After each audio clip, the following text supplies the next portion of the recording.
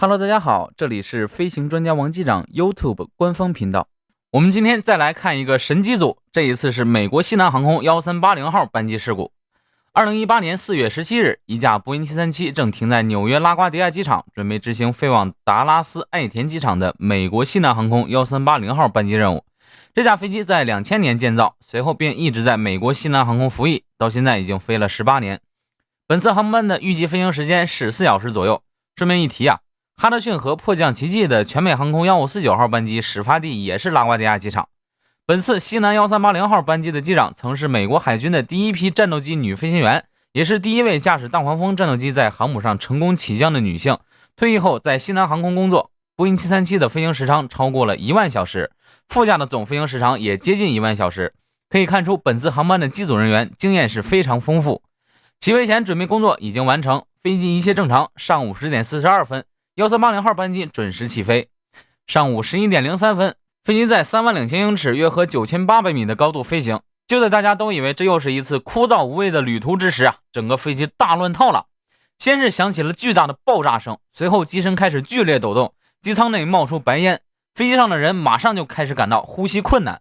怎么回事呢？有了解的小伙伴应该就知道了。我们之前已经讲过很多次，这是飞机出现了爆炸性失压。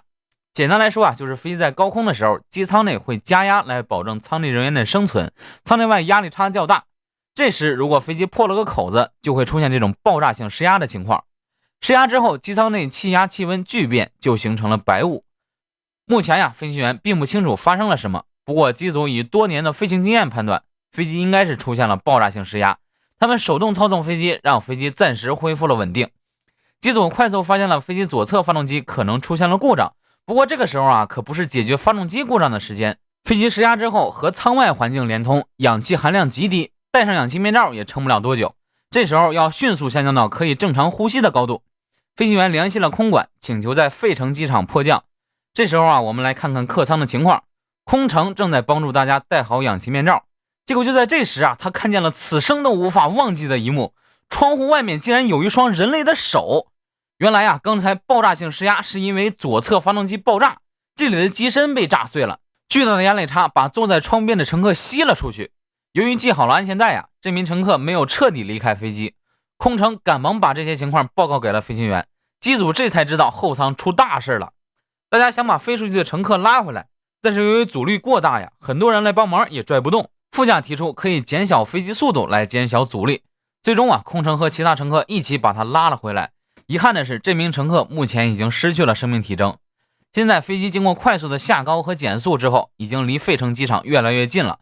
幸运的是目前飞机的操控性仍然良好，因为机上有伤员，飞行员希望能尽快进行迫降。如果按照正常来说在降落时提供升力和阻力的襟翼应该放得更大一些，此时应该放到15度。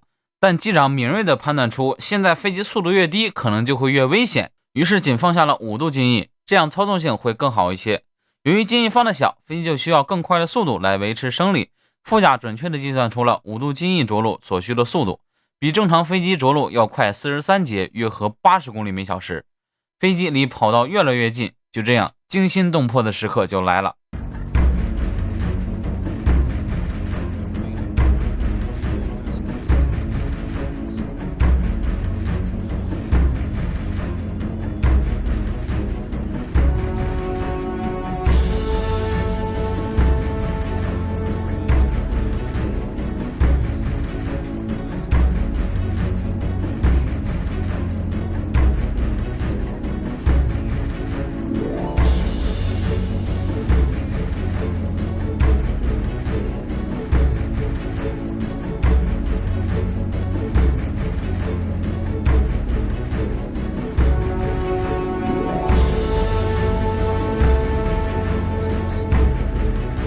最终飞机完美的降落在了费城机场。本次事故最终导致飞行中被吸出舱外的乘客不幸遇难，其他人全部生还，在此向遇难者表示哀悼。事后调查就发现了飞机左侧发动机的13号叶片在飞行途中脱落，是直接导致后续一系列恶性事件的原因。这个叶片的脱落与金属疲劳有关，但是当时使用的着色渗透碳伤检测方法并不足以检出这种金属疲劳。这起事故之后，美国国家安全运输委员会责令波音改良飞机的发动机设计，并要求美国所有航空公司都采用新型的超声波检测法来检测金属疲劳。航空安全的每条规则背后，可能都是一场场饱含血泪的悲剧。我们也是站在这些苦难之上砥砺前行。